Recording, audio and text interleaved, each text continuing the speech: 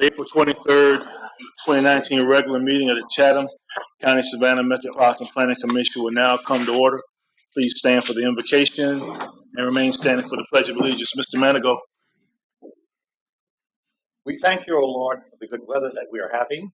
We are blessed in so many ways. Look on us with your mercy. Give us the strength and the desire to make honest and fair decisions. Look on our service men and women serving all over the world for our safety. We ask this in your holy name. Amen. Amen. Pledge allegiance to the flag of the United States of America and to the republic for which it stands, one nation, under God, indivisible, with liberty and justice for all. Please be seated. There is a sign-in sheet near the door of the hearing room. Please sign this sheet to record your attendance at today's meeting. For those of you who would like to speak, we ask that you sign one of our blue speaker cards. Once you've signed the blue speaker card, give the card to a staff member at the front table so we can call your name at the appropriate time. There are agendas on the outside table near the door of the hearing room. Today's agenda is broken down into several parts. First, notices, proclamations, and acknowledgments. Next, consent agenda, which consists of items for which the applicant is in agreement with the staff recommendation and there are no known objections. To outline the order in which the meeting is conducted, each petition has a report presented by the staff to the board, providing information on the petition. After the staff presentation, board members may ask questions of staff regarding the presentation for clarification. The petitioner is then offered an opportunity to make a presentation regarding his petition to the commission. The board may then ask questions of the petitioner for clarification. Afterwards, the floor will be open for public comment. Therefore, it's important that speaker cards are provided to the chairman if you wish to speak on the petition. Once the floor is open for public comment on the petition, no additional public speakers will be allowed. If you're not certain whether you want to speak, still provide a card and you will have an option to decline when your name is called. After public comment, the petitioner will have an opportunity for rebuttal and then additional questions if needed by the board. Finally, the board will take action. First matter on our agenda today is the approval of the agenda. Motion to approve the agenda. Second. It's been properly moved by Mr. Cole and second by Mr. Manigault to approve our agenda. Any discussion? There being none, any unreadiness? We're ready to take the vote.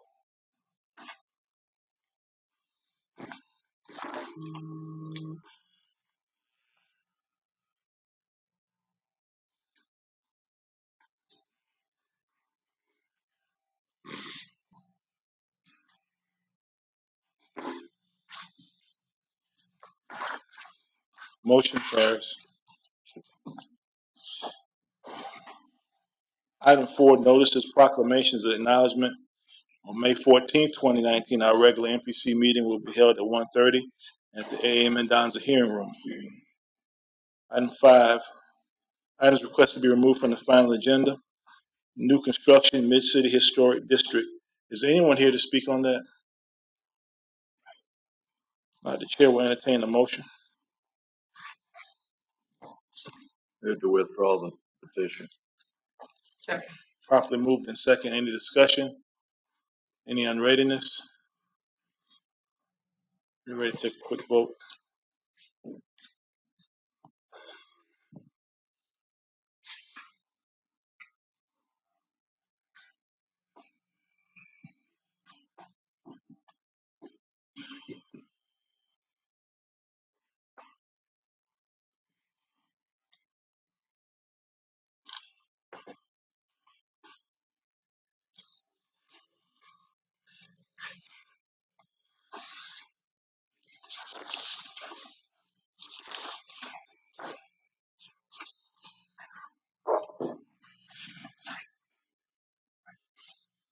Motion carries.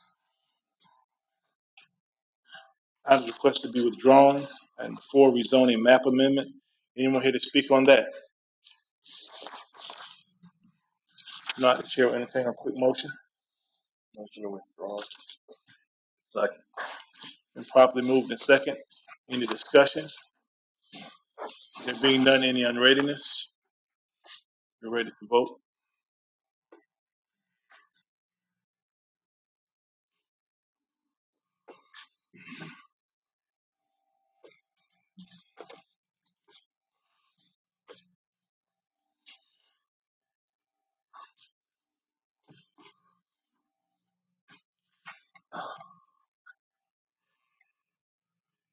Motion carries.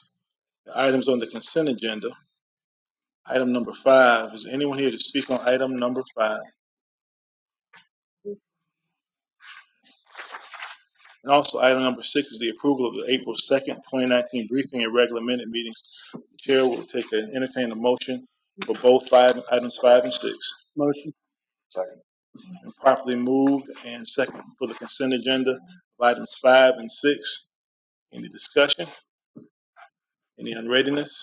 We are ready to vote.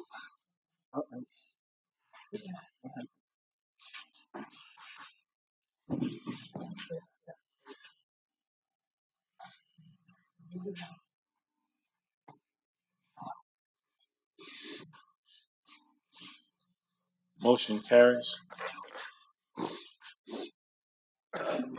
Next item is old business.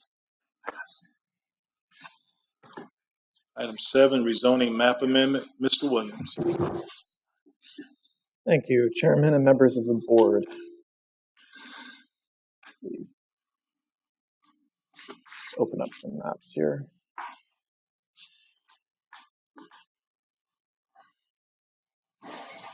So before you at this moment is a request to rezone a single parcel totaling about half an acre on the west side of Van Buren Avenue near its close to intersection with Eisenhower Drive. As you can see here, this is Van Buren and Eisenhower in context. This is, and the proposal is to rezone from R6, which is a single-family residential classification, to IP, which is the institutional professional zoning classification.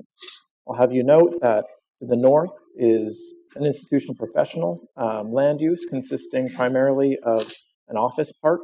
To the east is similar, a commercial office mix of uses permitted, and to the west is BC, which is community business, and is, I believe, a medical office and some other commercial uses. To our knowledge, this is the only parcel fronting on Eisenhower Drive that is in fact zoned R6, single-family residential.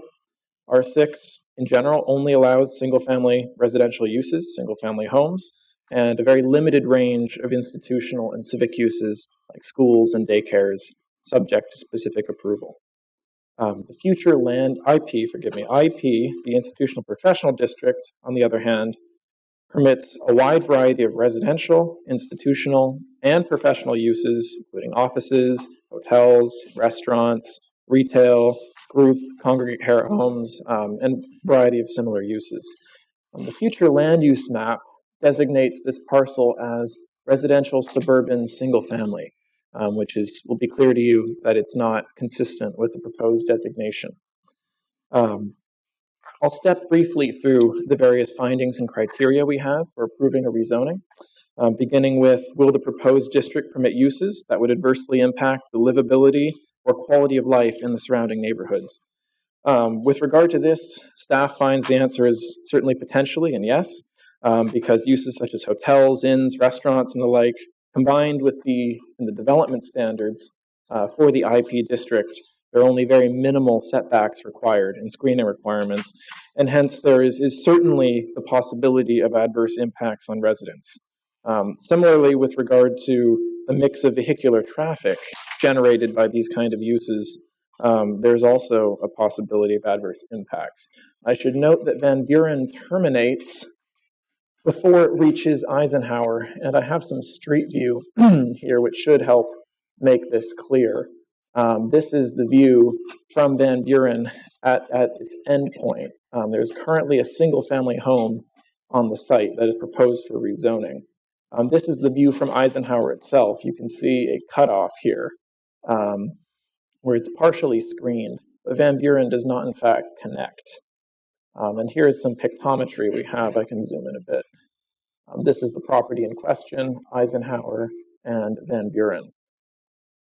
Now, stepping back to the overhead here, access is a major concern for us as staff, given that if Van Buren were opened, it could permit cut-throughs of vehicular traffic attempting to, say, get around the traffic light at Eisenhower and Waters, because this does in fact connect. Van Buren is a narrow residential street, which would not permit, where this kind of traffic would clearly not be permitted. There are a lot of potential solutions to this, but at this point, as staff, we do not have any firm commitments as to how the access could be handled. It could be through a new curb cut off of Eisenhower and involve the closing of this end portion of Van Buren, the creation of, say, some screening or a fence, acquisition of this as excess city right-of-way. But again, we don't have any firm commitments on that at this point. So to summarize, the property is surrounded on three sides by a more intense set of commercial uses, and yet remains only accessible from Van Buren, which is a residential street. Without a reconfiguration of the access pattern, a change to a more intense land use could definitely result in more traffic, which would be incompatible and certainly negatively affect the surrounding residential homes. Among the permitted uses in IEP, which is the proposed zoning district, are many uses like restaurants, hotels, funeral homes, laundromats, medical laboratories, among others I've noted, and many have clear potential to have adverse impacts on the surrounding neighborhood, especially given that there's only a 5-foot mandated setback required between these uses and the surrounding properties. So as a result of all this, staff is recommending a continuance with the acknowledgement that perhaps with the right site plan, appropriate screening measures, it may be appropriate for this piece of property to go to a higher classification. Whether that classification is in fact IP or a lesser classification like OI, which would permit a more limited range of office and institutional uses, is again an open question. So we've provided a staff report and presented this to you and give the petitioner an opportunity to explain their case, but at this point, we are simply recommending as staff a continuance. Are there any questions of Mr. Williams? Is petitioner present? If so, sir, please step forward and state your name for the record. Thank you. Good afternoon, Mr. Chair, members of the Commission. For the record, Josh Yellen here today on behalf of the owner of 7201 Van Buren, Miss Brenda Horton, and Miss Horton is here with me today. I will have a couple of sheets to show you. Thank you. Let's see.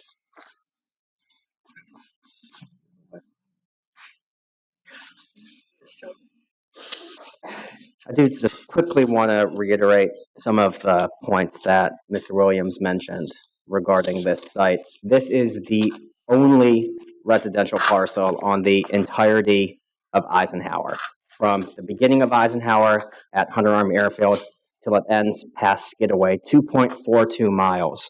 There is not a single other residential parcel. This is the only one. And in addition to this parcel, while a single-family home, is currently vacant.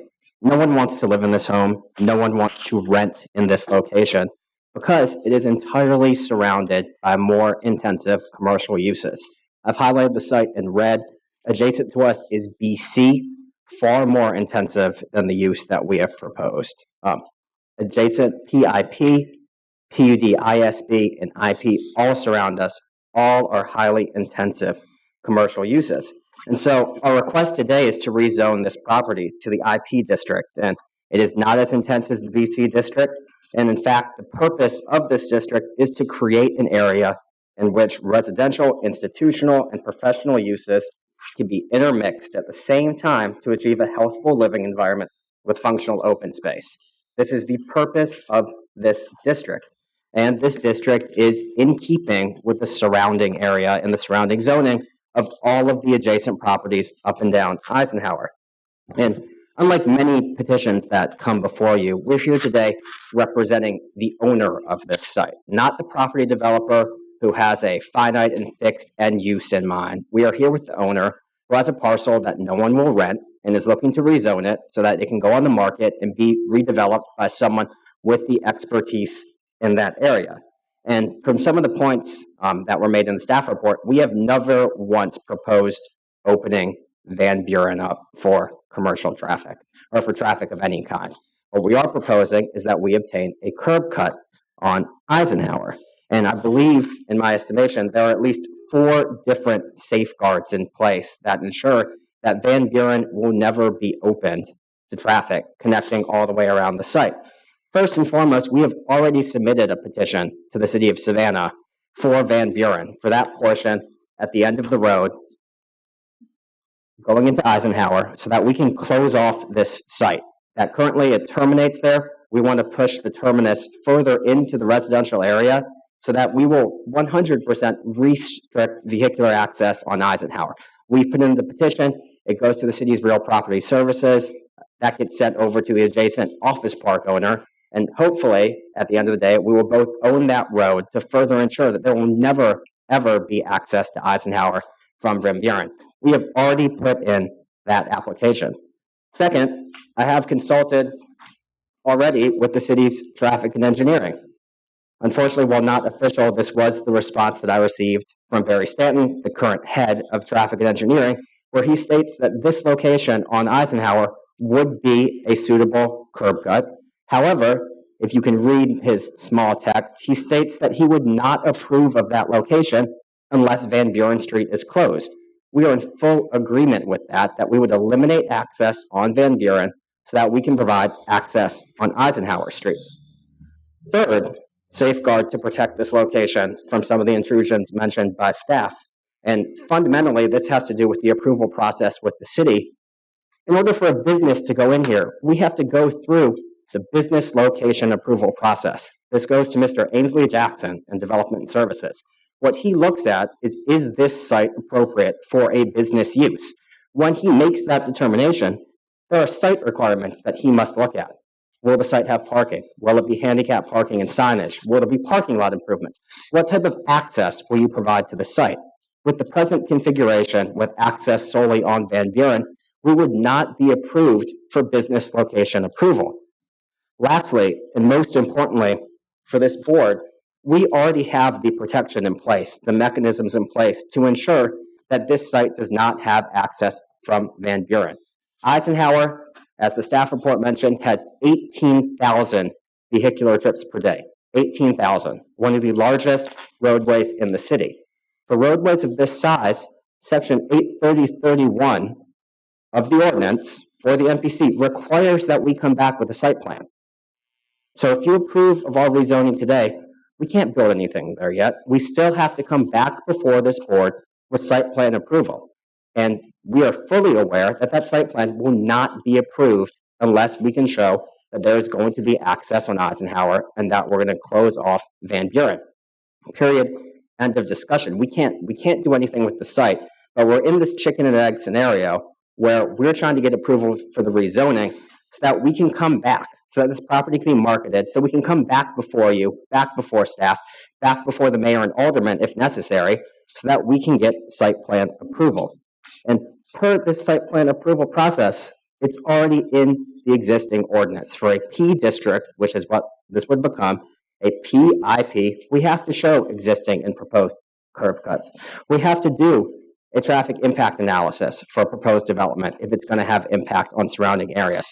We want to be held to the standards of this ordinance, but we do request that we be allowed to move forward, to go forward to have this property rezoned to the IP district so that we can come back before this commission at a later date once an end user is here so that they can come before you with a site plan that will fully cut off the access to Van Buren and provide access over into the adjacent site. And I will say that this proposed plan is the exact same process that has occurred for the adjacent streets, for Madison, for Highland. Also, part of this Highland subdivision, they've gone through a similar process. The city has quit claim to them, the terminus of the roads. This is looking out towards Eisenhower from Madison, which is one street over from Van Buren. Similarly, looking at the site from Highland, the exact same issue. The residential areas are screened from the commercial uses, whereas what we have right now is an open area, fully viewable, where no one wants to live, no one wants to rent there. And so we are asking that this petition continue to move forward with the understanding that we are already required to come back before you with a site plan in the future, which will have to show that we have access on Eisenhower and not on Van Buren. And I'm happy to answer any questions that y'all may have. Questions of Mr. Yellen? Yes, Ms. Jarrett. It looks like there's a drainage easement immediately adjacent to Eisenhower, between the house and Eisenhower. Have you gotten permission from the city to encroach in the drainage easement? And has the state weighed in on the curb cut? All we have so far is the report from Barry Stanton, who does note that there is the drainage easement and the curb cut. He has preliminarily given his approval for that, subject to the GDOT requirements that the driveway does not exceed more than a 10% grade. But that is something that we fully intend and know that we need to work through the site plan process. When we come back with the site plan, those are all the issues that we hope to have resolved, or else this project or anyone's future project would not be feasible. But we still think that the rezoning of the property for an unusable property that solely is the only residential site for 2.42 miles with frontage on Eisenhower, that the rezoning is wholly warranted. Any additional questions of Mr. Yellen? Thank you, Mr. Yellen. I have a speaker card for Ms. Nancy Lina. Ms. Lina, if you would please step forward and state your name for the record. I'm Nancy Lina, and I live at 7207 Van Buren. It's only about 3 houses up from this property. And we have a few problems. Now, he's talking about the site plan thing, which hopefully includes moving the fire hydrant. We don't want to get a wall and be cut off from our fire hydrant.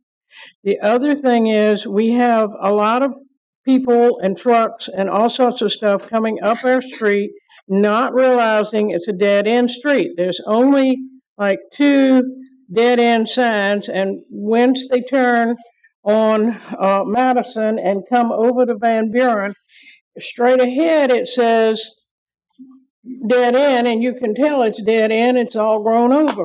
But when you turn either way on Van Buren, it doesn't say dead end. And that's why a lot of people will turn up our way trying to get out to Eisenhower. What we really need at the end of our street, it was 1, dead end signs, and then 2, some kind of turnaround for trucks, so they don't have to turn on their beepers and beep the whole way back out, trying to back out. Or a lot of times they'll use our driveways, or they'll drive around on our front yard, or something like that. It has to have some way to turn around at the end of the street to get all sorts of maintenance trucks and everything else back out of there. Okay, the other thing was we talked to a lawyer, and he said, well, if they get a business in there and the business, after 2 years, they can change it over to another business, and it might not be a business that you want there. It could be like adult bookstore or something like that. We don't want that on our corner. So there's just a few concerns like that, and I think Kelly has some more. Miss Lina, I'll let you finish. And normally I say 2 minutes, but you started before I could even open my mouth to say it. So I'm gonna say that you've expired your 2 minutes. But anything you want to wrap up with before I let the commissioners ask any questions of you? We would like for the city to know we're back there. A lot of times we don't ever get a street sweeper or a lot of stuff like that. Nobody comes to the Island Park is split, and it has a island in the middle, and nobody comes to trim those bushes or take the ton of moss off the trees or anything like that, or even pick up. People will drive in and drop off trash and stuff like that, and we have to go pick it up. And okay. Any questions of Ms. Lina? I have a question. Have you or any of your neighbors complained to the city by using their dial and explaining some of the things that you just talked about? Yeah, I think we have. And I think 2 of them are not able to come today, and they've been the main ones to make the calls. But what I'm concerned about is you said there has not been anyone coming in to cut back, sweep the streets. You're taxpayers, so someone has to respond to you. Fortunately, we have the city manager here, but he's leaving, so we won't bug him today. But you I'm should, not leaving for another 2 months. I'll take care of this. Okay. This is the first I've heard of it, but I'll take care of it. We'll look into it. thank you. Yeah. Thank you, Ms. Lana. It's nice back there because nobody knows we're there.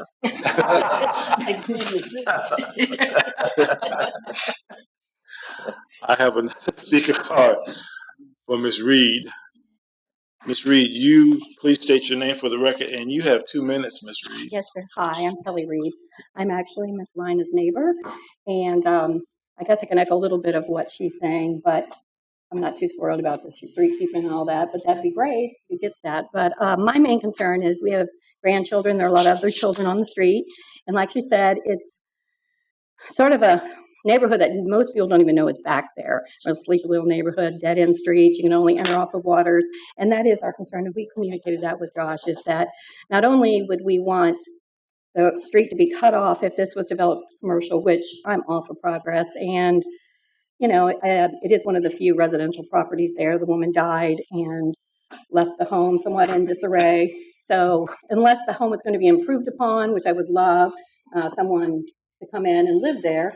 Otherwise, I would love for someone to develop it for commercial property, as long as there's zero traffic coming up our street. That means, now the trash trucks, of course, they always come up anyway and then back out. That's fine, but like deliveries, employees, anything, we'd really rather have it just completely segregated with a brick wall, and no entrance for employee parking or anything like that. So that's pretty much my main concern. Any questions of Ms. Potential Reed? increased traffic. Just can you identify where you are on the map? Are you toward the development? No, it's one house removed beyond Miss Lina's. Same side? Further down, same side. Thank 7209. Thank you. Any additional questions of About Ms. 5 Reed? houses away from the property. Yeah, somewhere.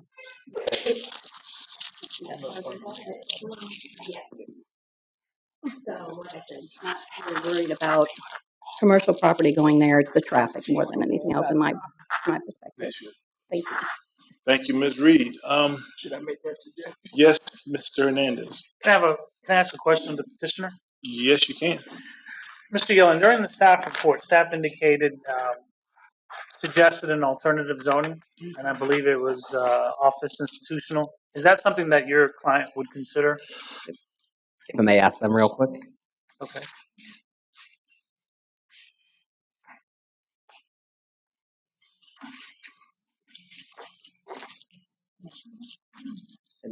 They would be agreeable to the OI district. Okay, and then I understand that there were some other concerns that staff had raised that might be able to be resolved as we go through this process to rezone the property, perhaps to OI.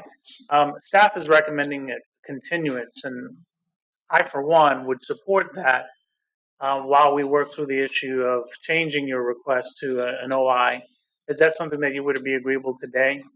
Our concern with the continuance was that staff is requesting, it seems to me, a full site plan, and we're not going to be the end developers of this site. And so we are trying to get this rezoned so that someone can come in with the assurance that it can be developed appropriately, and that person could hire their engineers and expend the capital that's required to do the full site plan. So if we rezone to OI, you had previously indicated there's a section in the code that requires you to come back to Yes, sir. MPC for site plan. Would that also apply if we go to OI? Yes, any district on Eisenhower is going to have to be a planned district. All right, so the same restriction would apply regardless of what we do. Yes. Okay. I'd like to hear from Mr. Williams, please. With regard to the plan district, that is only, it will come back to you as the MPC board only at the discretion of our director, Melanie Wilson, because otherwise this is not it's at her discretion whether or not these kind of plans for this, general office or commercial development are actually approved by the board. There's no explicit requirement that it actually come back to the board. I should note that while we're encouraged that it's that the petitioner is amenable to the OI district, there are a number of access concerns that still remain to be resolved.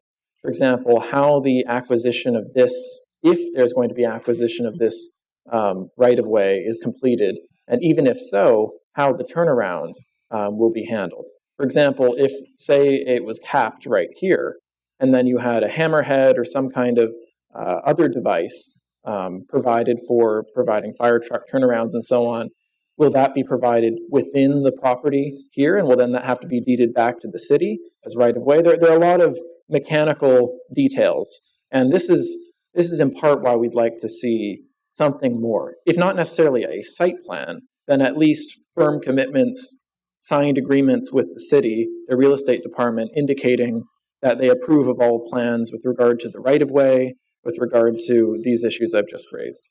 And I'm sorry if I may follow up question. Follow up. You're suggesting a continuance. How long of a continuance would you be requesting? Well, to the next MPC meeting, so long as these documents can be provided. It's really just, and Melanie, if you'd like to. What I would suggest, the applicant has indicated that they're willing to go to an O&I, which addresses a number of concerns that we had, and I think that the community has. There are a lot of outstanding issues with regards to the right-of-way, as well as access, that I don't think is going to be addressed in the next, 2.5 to 3 weeks. It would be a cleaner application if the applicant would resubmit or change the request to the O&I so that we could do the review based on that. In the meantime, they could still work on getting a sketch plan or something that provides some assurance to the community and to you as a board with regards to how the site would be developed. And we can have it as a condition, if that zoning moves forward, that those plans have to come back to MPC to be approved. So that can be done as a condition. But, I'm all for, I think the most appropriate zoning here is the O&I. And I think that instead of dealing with this continuances, that it would be cleaner if the applicant is willing and more timely for them as well. If we just basically, if they agree to, that we move forward and re-advertise this as an O&I request and move forward along those lines. Mr. Young? This is already the second continuance that we've had. We're just a little frustrated by the process that if there was an alternative zoning district to be recommended to us, why did we continue 4 weeks ago when we were before this board? We could have worked out all of these issues in the previous 4 weeks, only to come up here now and have the suggestion for the first time that, this would be approved and we would like it more if you have a different zoning district over the past 12 weeks since we've submitted this application. It would have been nice for us to know that so that I can deal with the client and provide the best counsel going forward to get this project approved.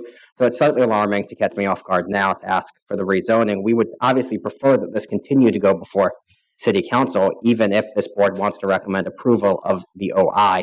Currently, we would be happy with that approval, but we need to keep the ball moving forward with this application. Ms. Wilson, anything you wish to address? Yes, 2 things. One, when the application came in, it came in with a lot of missing components. Some of them we've discussed, the right-of-way being really huge as well as access.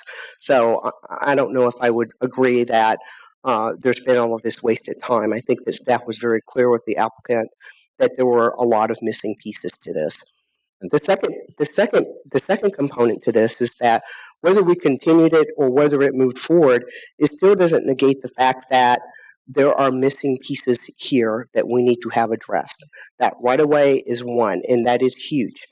Nothing has happened with that, and that doesn't give the community any assurances that some of their concerns are going to be addressed. 2, if you decided as a board that you wanted to move forward with a less intense zoning, which would be the O&I, you've got a right to recommend something that's less intense. My concern is that it still doesn't address the initial concerns that we have because they're still there, which is the access and that right-of-way.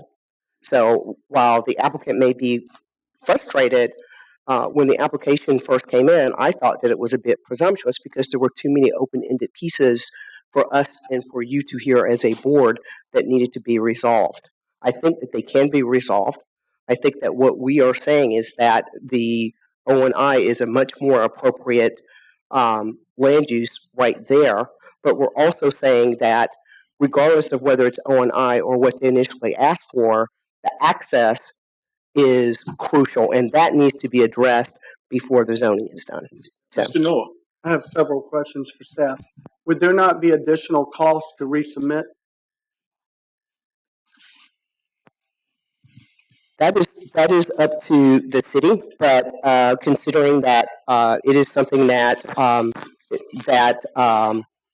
we are suggesting the only cost basically would be to deal with re-advertising it. And to be candid with you, they could move forward with a less intense zoning class than what they asked for without incurring any additional costs. So that's not necessarily the case.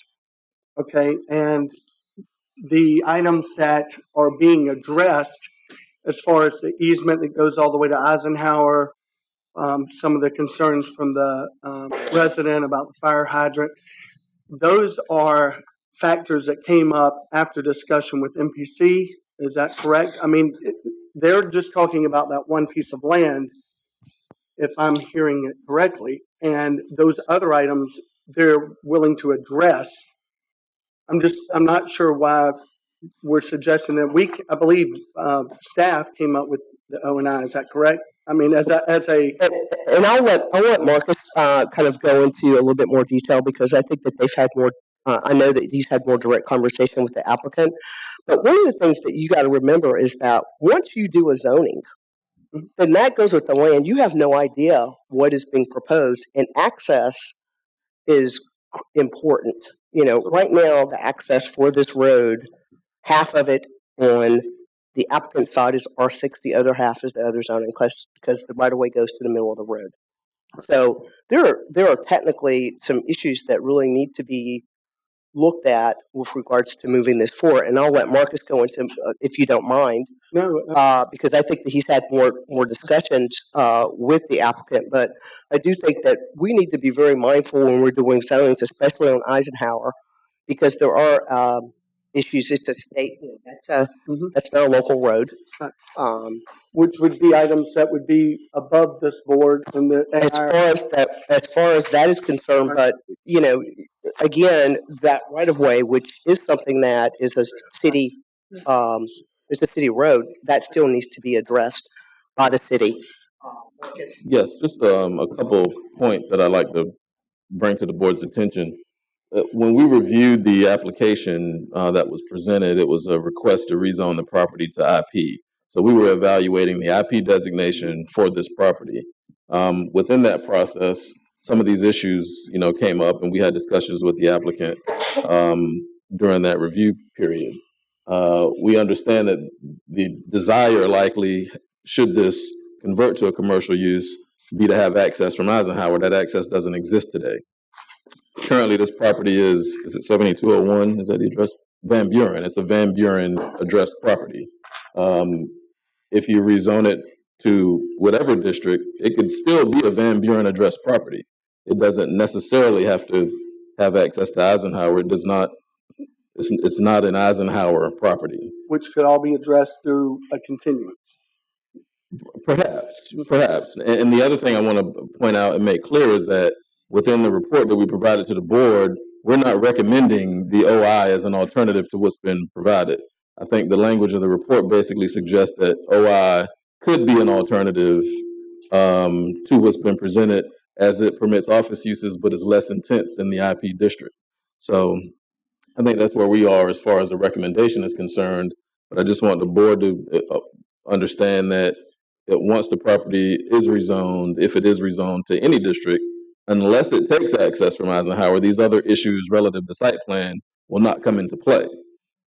If the property is rezoned and they maintain their access from Van Buren, they'd be permitted to do that because they'd have a legally rezoned property that has legal access from a residential street. So the site plan issues may come into effect, and likely will, because of if it gets developed as commercial, they're going to obviously want access from Eisenhower. However, right now, it's a residential lot on a residential street and could be developed residentially. Any further questions of Mr. Latson?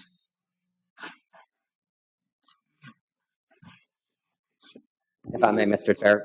Very quickly, Mr. Young. So what we have before you is a rezoning application, not a site plan application, not an approval of a general development plan. We are simply asking for the rezoning. If this rezoning were to go forward in any situation, it would be a POI or a PIP. That is a planned district, so that the house located there would be planned. It would be baked into the rezoning.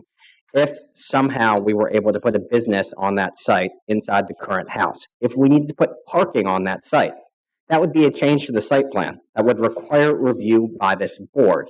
There's really nothing that we can do with this site without getting a site plan approved by this board. Under 830-31, it says review by MPC staff, but the MPC executive director has the authority to kick any application over to you when there are significant issues that warrant review by MPC. We're asking for that. We are stating we understand the concerns of staff and we want this site plan to come back before you for approval, but the site plan needs to be distinct and separate from the rezoning. We did not address the access concerns or the traffic concerns in this application because it is a rezoning application, not a site plan application. And we still respectfully request that you approve of our request for the rezoning. Mr. Yellen, my concerns are 2 points on this. One is you submitted a petition, but it's not approved.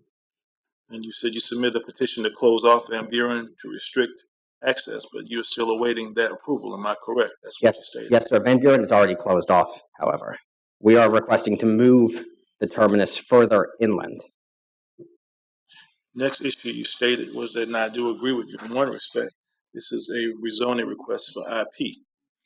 And I would be mindful of the board to let them know that as well. Having said that, the chair will entertain a motion from. Move to continues. 1 second. Second. Oh, one second. I saw a hand up from Mr. Branch.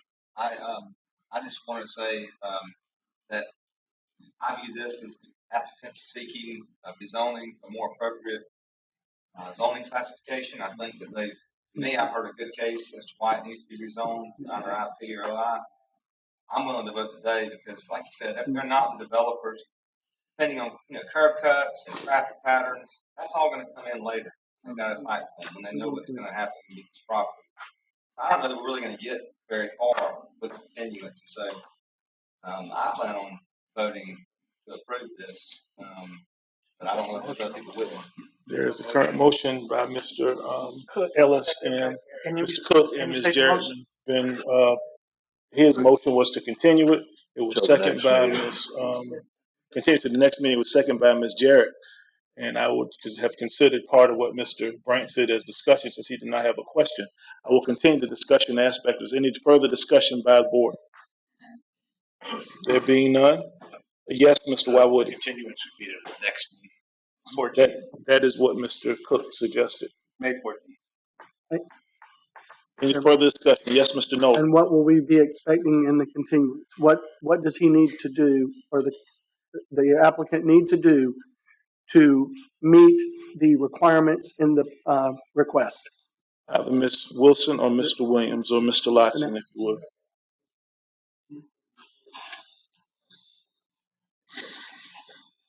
I do have the application itself is, give me. Well, we didn't provide any specific conditions. I can say in general what we would like to see is something official with the city, signed off by members of the city with regard to how this right-of-way will be treated. I should note that if you rezone it, they can proceed without changing any access. Now, it's highly likely they will, because it makes sense to have a commercial property accessed off Eisenhower and not off of Van Buren. But there is nothing we can do to hold them to that unless you actually have something signed off on by the city with regard to how the curb cut and the right-of-way will be handled.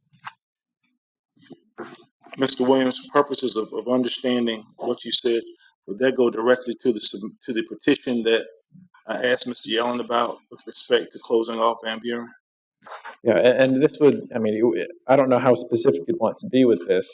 I'm not sure exactly what kind of document would be required as far as this is something that's within the purview of the streets department, traffic engineering, and so on. Ms. Wilson, would you clarify for me? Yes, just Very briefly, I think the straightforward answer basically is that it would give them an opportunity to meet with the city to find out what they need to do to deal with closing Van Buren, getting control of that. And it also gives them an opportunity, if they decide that they want to go and do O&I, for the staff to have the option to do the analysis on that so that we can come back to you with a recommendation. Mr. Noah, did that reply give your answer your question? Yes, sir. Because I'm a bit confused on this side as to what. I'm with you. Let me make sure I understand what you said, Ms. Wilson. Number one is that what MPC staff look for would be something from the city that states that this matter with respect to closing off Van Buren is solid, rock solid. It is something they've agreed to. And second, you would like to be able to evaluate this matter under the O&I zoning as opposed to the IP. That's what the applicant.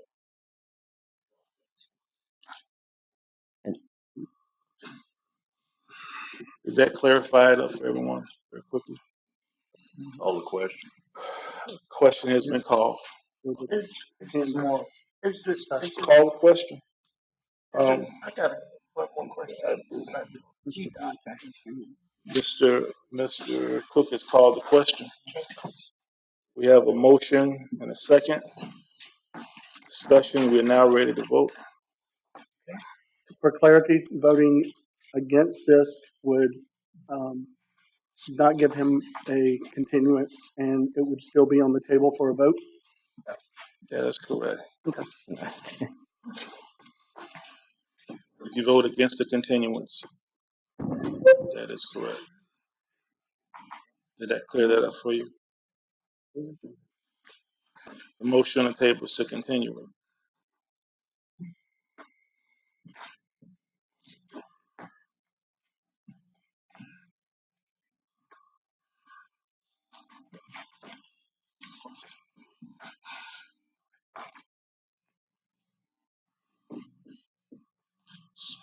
Motion carries. It's been continued. Thank you. Thank you, sir. Next item, regular business. Item number 8. Ms. Mahalik.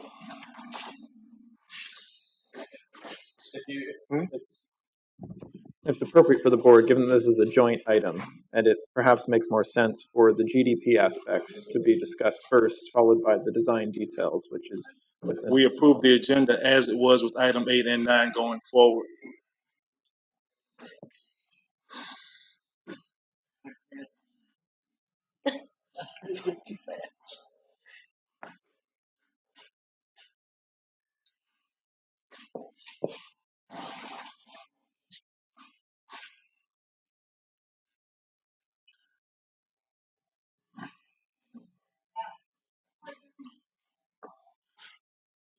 I'm going to go straight.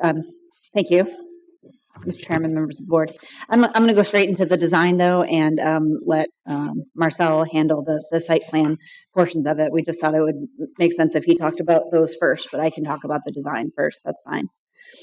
So the request is for demolition of 2 non-contributing buildings and construction of a 4-story mixed-use building on this parcel here, which is an entire city block, 17 East 31st Street and 1512 Bull Street. It's a couple of properties right now that'll be recombined. The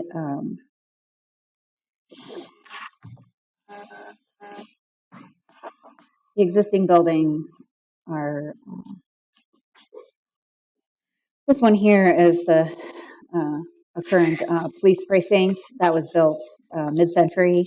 So the ordinance has a clause that allows for additional stipulations to be placed on demolition of any buildings in the district by you all. So staff is recommending that this mid-century modern building be documented per the MPC documentation policy prior to demolition. The other building, though, we don't have concerns about. It was built in 2005. And is like a metal prefab building. Just gonna show it real quick.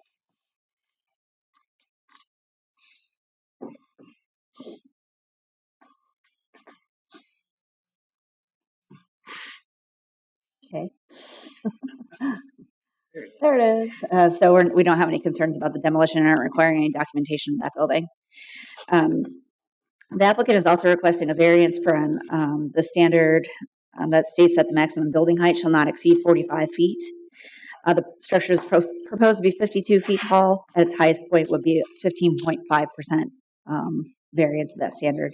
The MPC is permitted to grant variances of up to 25% if you all find that the proposed height is visually compatible. And just to take one step back is that the Zoning Board of Appeals has already granted them a 1-story height variance from a 3-story maximum to a 4-story maximum. Excuse me. However, that did not include an increase in the 45-foot height, so that will fall to you all to decide.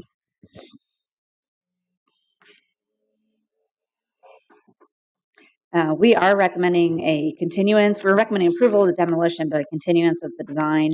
There's 12 conditions or 12 factors that we'd like the petitioner to revisit and take into consideration. I'm going to address a couple of the major ones. Excuse me, and if you have any additional questions about any of the other ones, I'll be happy to answer this question. Some of the two of the major ones are that we don't feel that the 52-foot height is appropriate, particularly given the height of the 4th story itself. Typically, you would have a 1st story that would visually, at least visually, if not literally, be taller than any story above it. And we feel that this design here, this 4th story, on some portions of the building, not on these lower portions, but on the 52-foot tall portions, that 4th story is visually taller than the 1st. And we recommend reducing the height, which would then obviously reduce the variance that's being requested. So we're requesting that you continue the variance as well. One of the other major ones is that the ordinance requires a primary entrance along all street fronting, a public entrance along all street fronting facades every 50 linear feet. And as of right now, they're not meeting that standard from this portion to this portion of 31st Street, but they are on this side, because you see they have public entrances here, and then this side is all retail, so those are obviously public entrances. So it's just this portion here where the only entrances are into private residential units. So actually, staff is this is a fire exit, so that doesn't count as a public entrance. So staff is suggesting to meet that standard, or to come closer to meeting that standard, is that this becomes probably some sort of an entrance lobby or something like that, and then that standard will be met. And again, I mentioned there's several other standards, but those are a couple of the larger ones. So staff is recommending continuance for the new building, approval of demolition with the condition that the precinct be documented, and denial of the variance. And alternately, again, staff is recommending that the height of the 4th floor be reduced to appear visually shorter than that of the 1st floor at a minimum, which will result in a lesser variance and be more visually compatible with related contributing buildings. I'll be happy to answer any questions. Questions of Ms. Mahalik? Yes, Mr. Hernandez. Question, Mr. Chairman, for staff. I understand the reasoning behind condition number 10, which is to have a public entrance every 50 feet. But in this particular project, how practical is that, especially on 31st Street where they're going? I understand they're not public entrances, but there's still entrances off of the street into the building. And so by simply requiring another public entrance, I don't understand what that would accomplish in this design. And I would support your continuance with the exclusion of this particular item, because I just don't see it as practical. And sure, and I can see, based on the fact that there's several private entrances there, you might the board might feel that the intent of that standard is met. However, it does specifically state that it must be a public building entrance at intervals no greater than 50 feet, unless otherwise approved by the design administrator. So you all have the power to vary that standard, but under our review, we were taking it as literal. So if you feel that the intent of that standard is met on that end of the block, you are more than welcome to vary that. Any additional questions, Mahalik? All right, thank you, Ms. Mahalik. Thank you. What I would like to do is take item 9, since we have the same petitioner for both. Absolutely.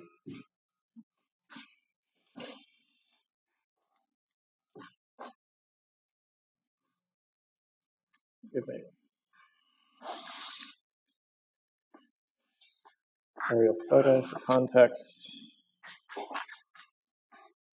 the GDP. The site located on between Bull and Drayton Street, between 31st and 31st Lane. With my item, the petitioner is requesting approval of a general development plan. This is pursuant to the requirements of Article K, Section 83205 of the Mid-City Zoning Ordinance. Petitioner, as Leah mentioned, plans to acquire, if has not already, these 2 parcels that comprise the block bounded by these streets, and a recombination would obviously be required prior to specific development plan approval. The zoning of the proposed development site is CIV, which is civic and institutional. A text amendment, you may recall, was already, I believe, approved last December and recommended and approved duly by City Council to permit commercial uses within CIV districts solely on Bull Street, within 100 feet of the center line, which is indicated, I believe it's on Leah's plan, if not mine. Site is approximately 1.3 acres, and the applicant proposes to construct a 4-story mixed-use residential building providing 81 dwelling units. CIV ordinarily limits new construction to 3 stories. However, there is a ZBA case Leah mentioned permitting the 4th. The specific mix of units, i.e. 1 bedroom, 2 bedroom, and so on, was not provided for us at this point, at least as part of the GDP. The applicant is also proposing, I can zoom in here, 5 1,700 square foot retail bays and a 2,000 square foot leasing office. This would be a total of 10,500 square feet of non-residential space, all on the ground floor. I'll step very quickly, in the interest of time, through our various site plan review criteria as part of the GDP. So first of all, we look at consistency with the comprehensive plan. And according to the comprehensive plan, the property is designated as civic institutional, again, consistent with its zoning. And this designation explicitly permits apartments, I quote, to allow for housing opportunities within close proximity of employment. So by the letter of that, it clearly meets it. Similarly, with regard to adequacy in the arrangement of pedestrian and traffic access, vehicle ingress and egress will be provided via 31st Lane, which is the preferred alternative supported in the ordinance. And pedestrian access will be provided both here and then, of course, through the variety of entrances surrounding on the other streets. With regard to sufficiency of off-street parking and loading, off-street parking will be accommodated through a combination of a ground level lot, which I believe contains 41 vehicle spaces, including 8 compact spaces located here. And in addition, there is a plan to lease 28 spaces from the Bull Street Baptist Church lot immediately to the north, which does meet the distance requirements for leased parking. The applicant, per Article K, is allowed to count any adjacent on-street spaces, of which they have, I believe, 12 here and 13 here, towards their required parking. However, they've elected not to do this in this case. In Mid-City, the requirement is one space per 1,000 square feet of building area for residential uses. For their non-residential uses, because each one of these bays is below 2,500 square feet, they're all individually exempt from providing off-street parking. The idea behind that is to encourage small-scale retail and so on. All this implies a requirement of 69 spaces, which they are meeting in this case. With regard to the location, arrangement, size, and designs of buildings, that's provided for via the COA process, which I believe Leah has addressed. With regard to appropriate scale and the relation of the various uses to one another, one of our criteria, the commercial uses are proposed fronting Bull Street, which is clearly the most appropriate location. I should note that surrounding districts, the surrounding development residential development rarely rises above 2 stories. However, there are instances of churches and other institutional buildings that rise considerably higher. Should also note that because of the number of parking lots surrounding the building, it is somewhat difficult to establish an appropriate built context, given that the urban fabric here is quite fragmented. Finally, with regard to adequacy of public services, it's served by, one could argue, the DOT shuttle, which is a few blocks to the north, has a 10-minute headway going to downtown, and also CAT routes 4 and 14 and 31, all of which have stops within 200 feet. So in conclusion, based on the plan provided and in consideration of the entire review process, the applicant does appear to have exhibited that they can meet most standards in conjunction with, again, the specific development plan review. However, with regard to the variety of revisions requested as part of the COA process, we are recommending continuance. So again, they've met the criteria here for GDP, but if there were any significant changes as a result of revisions requested as part of the COA review, yes, that would be then may reflect in the GDP requiring a reapproval of the GDP. So it is staff's recommendation that the two be approved together. That is the cleanest way to do it, and hence recommend continuing the GDP until the COA can be approved. Questions of Mr. Williams? Ms. Mahalik, I have a very quick question as well for you.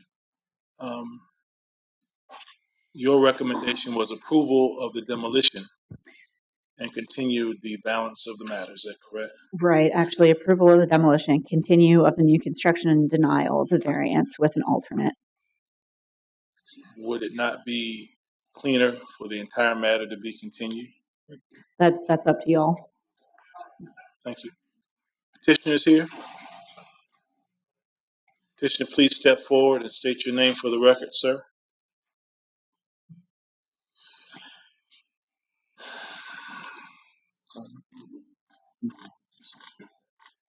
Good afternoon. My name is Kerry Sykes. I'm with BB&M Architecture. I represent the petitioner, Adam Purser, with Purser Associates.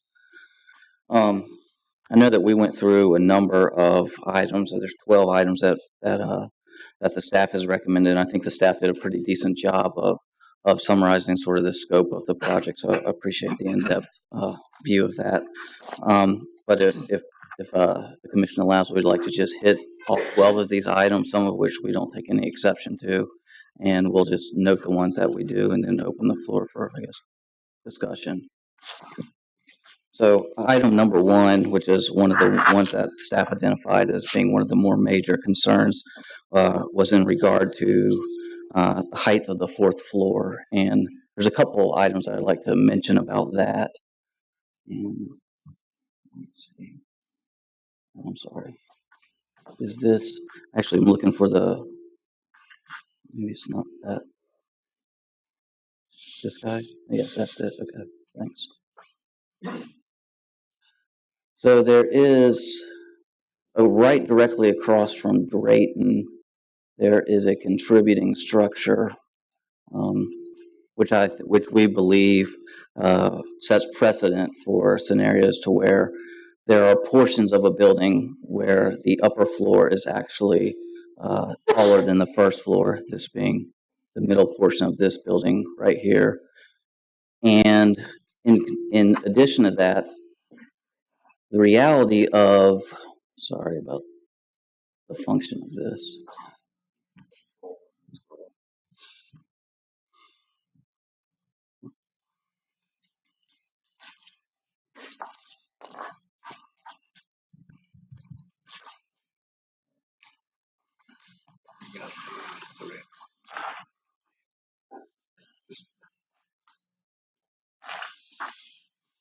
So on the general elevations, and so you're correct, if you look at the main corner elevation that is on 31st and Bull, this is the highest portion of the building. And we did a calculation. The staff is noting that it is 15.5% taller than what the ordinance allows, and just in reality, that is, yes, that is, if you look at that as as completely by itself. That is true. If you look at the roof line as a whole, which is the calculation up here, it's closer to 6%. Is actually above that height. So that combined with the precedent that's set across the street from the contributing structure, we would just like to open that for further discussion and also to get some clarity in regards to. I know that the recommendation is for denial, but then it mentions that alternatively the staff could recommend the height of the fourth floor be reduced. We'd like some clarification as to, is that the height of just that corner element, and then also some clarification as to what that actual delta is, or if we could quantify that, we'd appreciate. Item number Question? 2. But responses to those types of questions are more appropriately done by staff. I was going to pause you for a second and ask a question before I saw your head jut out. Would a continuance not be in your best interest that you can get clarification from staff? Yes, sir. And to be honest, I should have said precedent for that is where a continuance is absolutely acceptable. Would you be in agreement to consent to a continuance of the entire matter on both items 8 and 9? It will give you an opportunity to hash out issues with staff, and you can come back at the next meeting and we can then take a vote. Yeah, that's absolutely fine. Having said that, the chair will entertain a motion. So moved. Second. It's been properly moved and second. Any discussion? We're on both of them, 8 and 9. 8 and 9. Do we need to do it separately, or I want to do them separately. I have a couple of questions. Hold on one second. Hold on. We have a proper motion on item 8 and 9, I'm assuming. Yeah. To continue. And I heard a motion, and who seconded the motion? Second. Okay, I heard a motion second. Discussion. Ms. Jarrett, Ms. Jarrett, followed by Mr. Branch. Some for concerns discussion. about the parking lot and how people are going to turn around and get back out of there when they find out the parking lot is full. I also had some concerns about the trees along along Bull Street and how he's going to keep those intact. Then you have an opportunity to ask those questions when they come back. Okay. I saw another hand up, Mr. Branch. My question generally for staff, I understand that they're requesting. Is this a part of discussion, Mr. Branch? Yes, I'm just trying to get clarity on all the things that are being asked here and proper procedure. So, they're asking for the demolition, they're asking for the variance and height, and then we're throwing in the COA stuff. And my question for staff is, why can we not vote on demolition, vote on height, and just have the general development plan dealt with separately, and the COA process seems to me is being mixed in with this, and I'm not sure if that's the way it's always been done. And that's my question. Good question, Mr. Branch, but the petitioner has consented to the continuance. I'm confused. Yeah.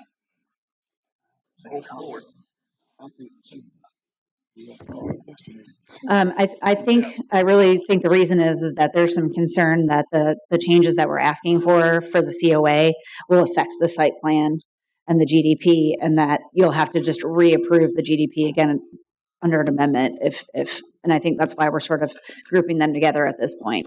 That answers, this is not how it's always done. Not necessarily. Yeah. Well, we usually don't, this is a new thing where designs like this are coming to you all too. So previously, staff would review and approve the designs before it even gets to that point. So this is sort of a little bit of a new process too. Is it partly because it's in the mid city and we don't have historic district board of review, so you're kind of put it together? Well, yeah, there was a recent text amendment to the mid-city ordinance that required buildings over with a 4,000 square foot footprint or larger to come to you all for review, which was new. And yes, if we had a historic preservation commission, that would go to them. Any further discussion? Yes, Mr. Smith. Were there any, I'm always, when we bring up continuance, just to make sure there's no one here that we've inconvenienced. Yes. We do have Mr. Carey, and I didn't think he would mind me. Since I read his card. Do you mind, Mr. Carey? I think the tree guy's here too. And I did overlook the speaker card, and I apologize to the board for doing that, but there is a speaker card. That's fine. That's why we're here. Have you completed, Ms. Mahalik? And I was going to acknowledge that once I looked down and saw I did have one. Mr. Carey, if you would quickly, operative word. Yes. Always, Mr. Chairman. Thank you, Daniel Carey with Historic Savannah Foundation. All I wanted to do was make the offer to the petitioner to meet with Historic Savannah Foundation, and if you have not already, the Thomas Square Neighborhood Association. Perhaps you have, but I think we might have some constructive things to offer that will move this along to a successful conclusion. Thank you, Mr. Carey. Anything, Mr. Carey? Thank you. We have a motion on the table. We are now any unreadiness. We're ready to vote. It's not on readiness, but again, I stand behind my comment that I made earlier that staff look at that. I think it was condition number 10, which would require another public entrance every 50 feet. And then again, that we believe that the applicant has met the intent of that by allowing, although they're private entrances, it's not a monolithic facade there on 31st Street. There are entrances off the street, and I think that that meets the intent of the ordinance. Comment is duly noted. Thank you, sir. And we are voting. This is for continuance, yeah. It's a demolition. It's to continue all of it. All of it. Recommendation. We'll take it all up at one time. Right. No, this is 8 and 9. 8 and 9. Yes. We'll take both at one time. No, we're probably gonna vote on the separate. How did you? You got to vote on the separate. How did you frame that? Let me look back at how she's framed it. That is item number 8 we're voting on. So item number 8 we're voting on, not 9. I just looked at the wording of it.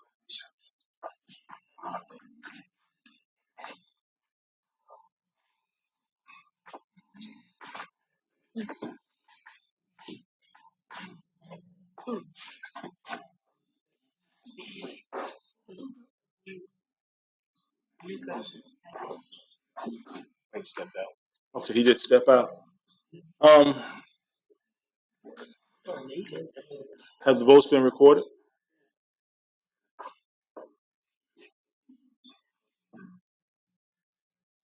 Has the vote's been recorded yet, guys?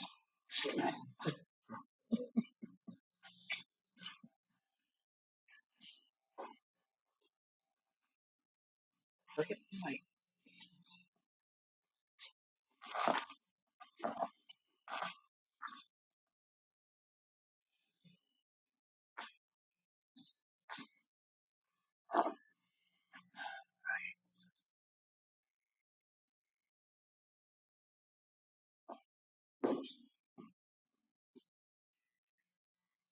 Approved. Motion carries. Item number 9. The chair will entertain a motion. Motion to continue till next meeting. Second. Motion has been made to continue and second. Any discussion? Any unreadiness? We're ready to take the vote.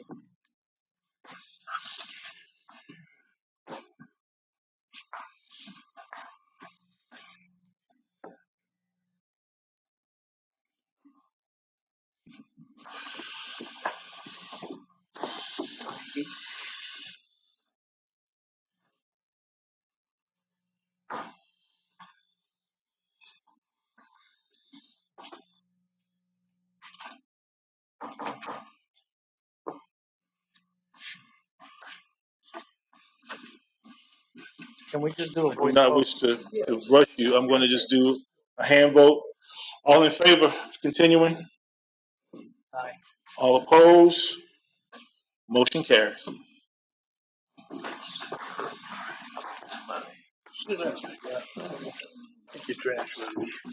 Item number 10, new construction.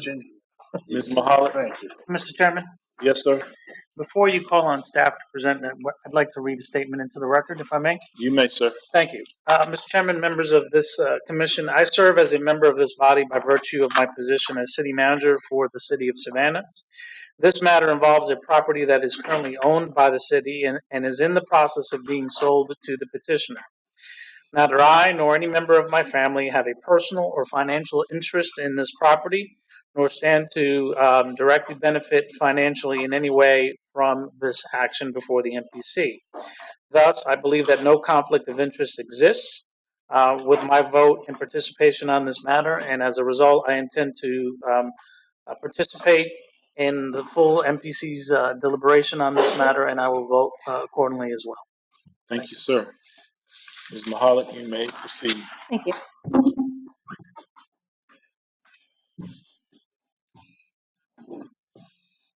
This is for new construction of a 5-story multifamily and mixed-use building at 601 East Liberty Street. It also has an existing building on the site, formerly known as the Catholic Diocese Building.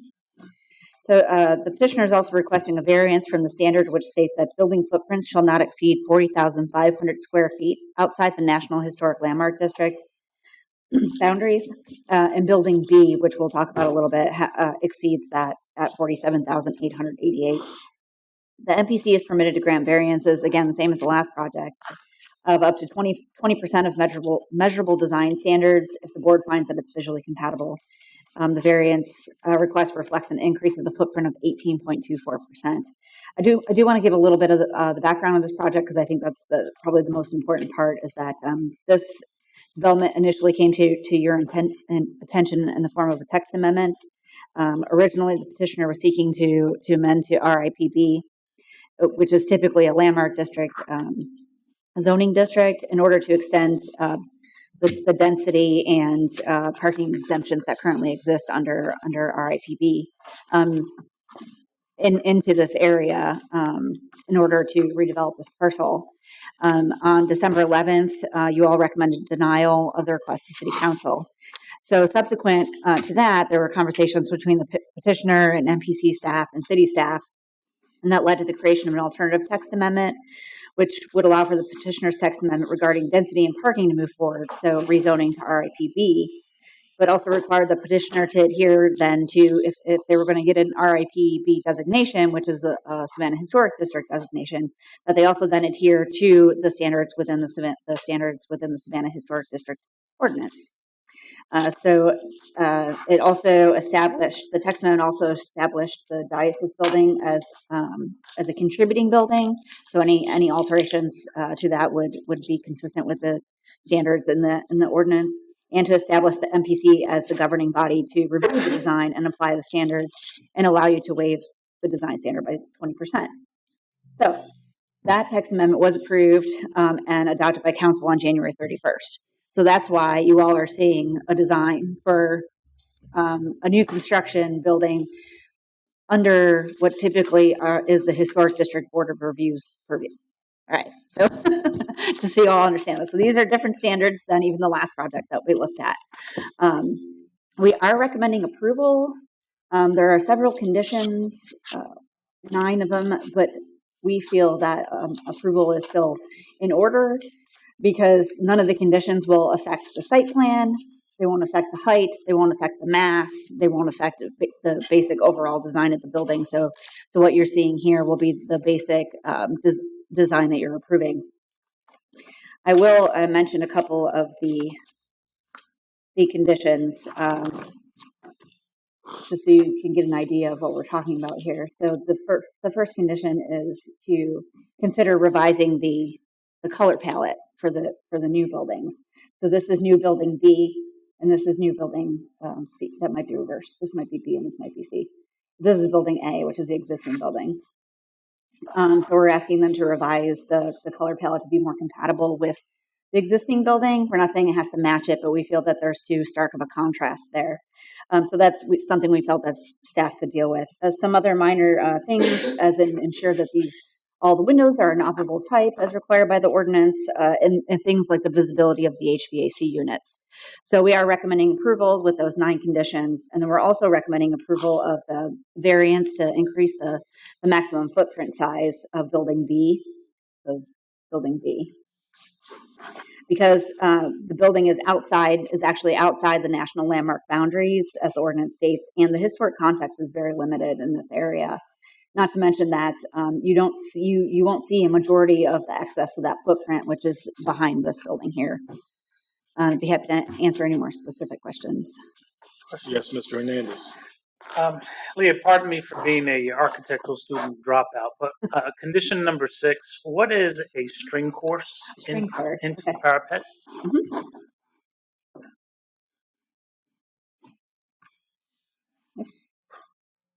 A string course. And a string course is required by a specific standard in the ordinance that states that all parapet walls must have a coping and a string course. So it's a very specific design standard. A string course typically would be, this would be your coping at the top of a parapet wall. And sort of the next feature down is your string course. So a lot of the components in the building already have it, but like, for example, this right here does not have a string course. And it's required by the ordinance. So there's just 2 locations where they don't have an incorporated one, and that's one. And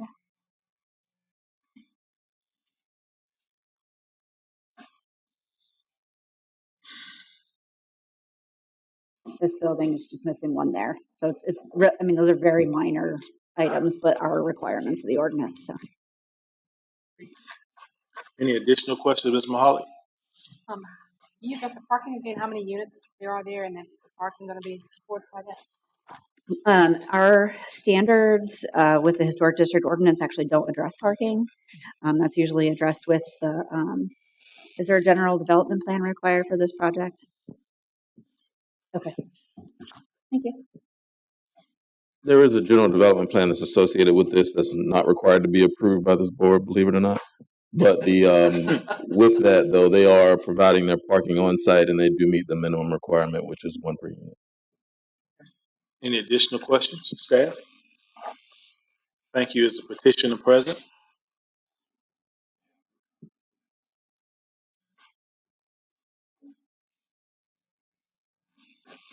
Thank you, Mr. Chairman. Very quickly for the record, Harold Yellen. With me today is Tommy Attridge and Nick Finland with the petitioner, who are here to answer any questions you may have. Also, Andy Lynch and Justin Farrick, also project architects. Leah sort of stole my thunder. I was going to tell you about the procedure of why we're here and why you're looking at visual compatibility, which is something that y'all normally do not look at. But when we agreed that we were going to be an RIPB, we did agree that we would be reviewed. Initially, we had suggested just by the preservation officer. The executive director felt very strongly that we needed to be reviewed by a board.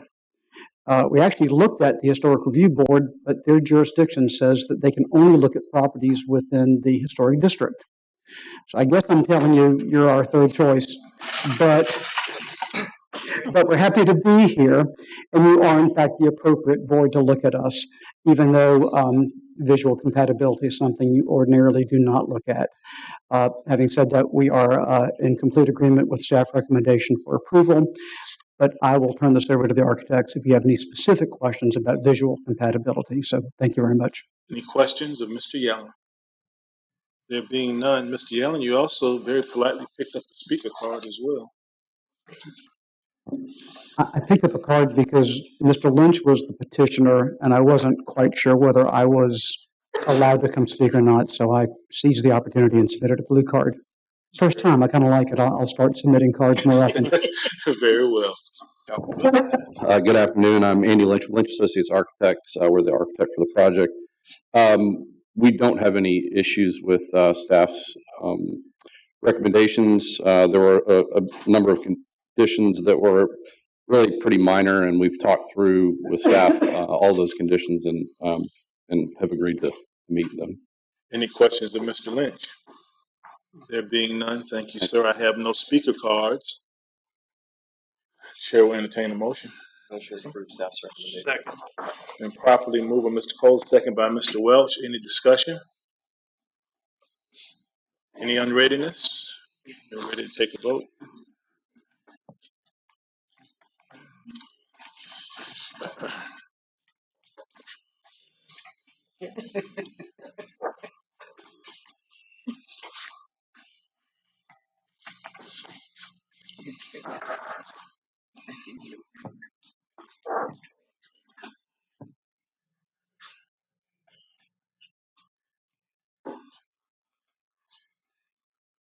Ms. Milton?